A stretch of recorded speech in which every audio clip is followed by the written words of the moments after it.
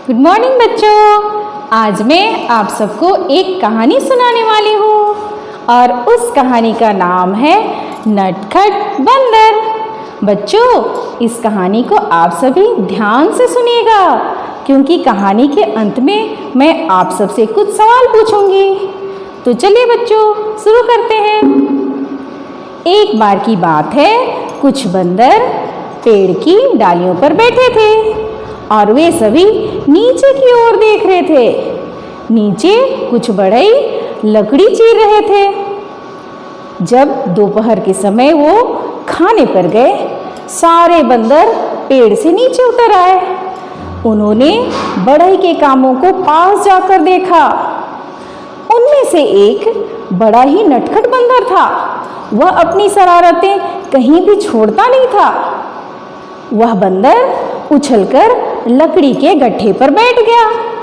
लकड़ी का गट्ठा दो भागों में आधा चीरा हुआ था और उन दो भागों को अलग अलग रखने के लिए एक पच्चर यानी लकड़ी का छोटा टुकड़ा डाला गया था।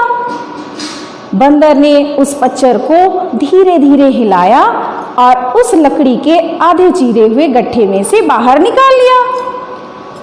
अचानक पच्चर के निकलते ही बंदर की पूंछ उस लकड़ी के आधे चीरे हुए गट्ठे में फंस गई। बंदर दर्द से कराहने लगा और जोर जोर से चिल्लाने लगा। तभी उसके साथी बंदर उसके सामने आकर खड़े हो गए, पर उसकी कोई भी मदद नहीं कर पा रहा था। बंदर काफी देर तक दर्द से तड़पता रहा।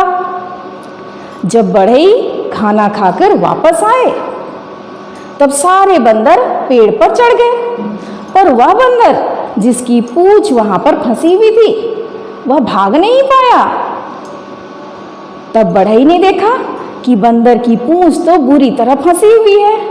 उसने उसकी मदद करने की सोची और बढ़ई ने उस आधे चीरे हुए गट्ठे में फिर से पच्चर को लगा दिया। पच्चर के लगते ही बंदर की पूंछ बाहर निकल गई और बंदर अपनी पूंछ थामे सीधे भाग गया। तो देखिए बच्चों, इस कहानी में एक नटखट बंदर बुरी तरह फंस जाता है। तो बताइए बच्चों, क्या आप भी इस तरह की शरारतें करना चाहेंगे? बिल्कुल नहीं। इस कहानी से हमें यही सीख मिलती है कि बिना सोचे समझे हमें कोई भी ऐसी शरारतें नहीं करनी चाहिए जिससे कि हम कोई भी बड़ी परेशानी में फंस जाएं। अब आइए बच्चों, अब आप मुझे इन प्रश्नों के उत्तर दीजिए। पहला प्रश्न है, बंदर कब पेड़ के नीचे उतरे? दोपहर को जब बढ़ई खाने पर गए, तब बंदर पेड़ के नीचे उतरे। दूसरा प्रश्न है, पूंछ फंसने पर बंदर क्या करने लगा? पूंछ फंसने पर बंदर दर्द से तड़पने लगा और जोर जोर से चिल्लाने लगा। तीसरा प्रश्न है, चोट लगने पर आप क्या क्या करते हैं? चोट लगने पर हम दवा लगाते हैं या फिर डॉक्टर के पास जाते हैं। चौथा प्रश्न है, यदि बढ़ई बंदर की पूंछ नहीं निकालता तो क्या होता? यदि बढ़ई बंदर की पूंछ नहीं निकालता तो बेचारा बंदर फंसा रहता।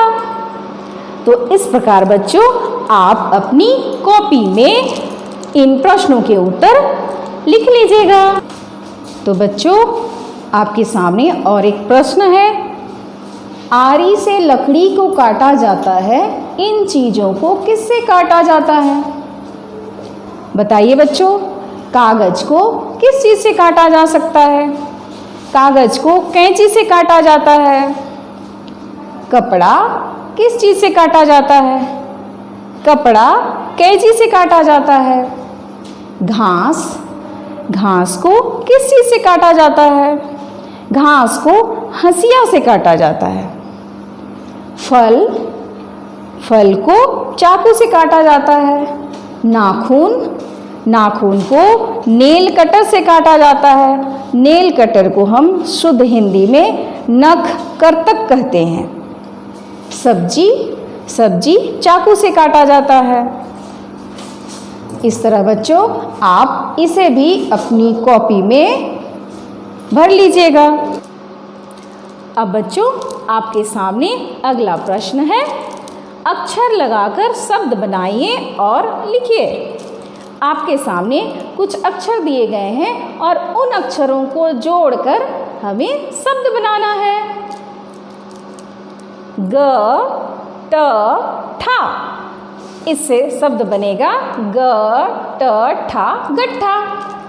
उसी प्रकार प ट ठा पट्ठा, क ट ठा कट्ठा, म ट ठा मट्ठा, ल ट ठा लट्ठा। तो इस प्रकार बच्चों हमने अक्षर में से छोटे छोटे शब्द बनाया और आप इसे भी अपनी कॉपी में लिख लीजिएगा। ये अगला और अंतिम प्रश्न आपके सामने है। पाठ के आधार पर कोष्ठक में से सही शब्द चुनकर खाली जगहों में भरिए। यहाँ आपके सामने कोष्ठक के अंदर 3 शब्द दिया गया है और तीनों शब्दों में से कोई एक शब्द सही होगा जिसे आपको यहाँ भरना है। तो चलिए बच्चों शुरू करते हैं। कुछ बढ़ई खाली जगह काट रहे थे। ककड़ी लकड़ी मकड़ी। बताइए बच्चों, कुछ बढ़ई क्या काट रहे थे? लकड़ी। हाँ, कुछ बढ़ई लकड़ी काट रहे थे। दूसरा, खाली जगह को बढ़ई खाना खाने गए। सुबह शाम दोपहर। बताइए बच्चों, कब बढ़ई खाना खाने गए? दोपहर। हाँ, दोपहर। दोपहर को बढ़ई खाना खाने गए। अगला, गट्ठा खाली जगह से आधा चीरा हुआ था। किनारे, बीच, बाहर। बताइए बच्चों, गट्ठा बीच से आधा चीरा हुआ था। बंदर दर्द से खाली जगह लगा। चिल्लाने, हंसने, गाने। बताइए बच्चों, बंदर दर्द से क्या करने लगा? चिल्लाने। हाँ, बंदर दर्द से चिल्लाने लगा। तो इस प्रकार बच्चों अब आप अपनी कॉपी में लिख लीजिएगा। इस प्रकार बच्चों हमें नटखट बंदर कहानी से क्या सीख मिली? हमें इस कहानी से यही सीख मिली कि हमें बिना सोचे समझे कोई भी ऐसी शरारत नहीं करनी चाहिए जिससे कि हम भारी परेशानी में फंस जाएं। उम्मीद है आप सबको ये कहानी पसंद आया होगा।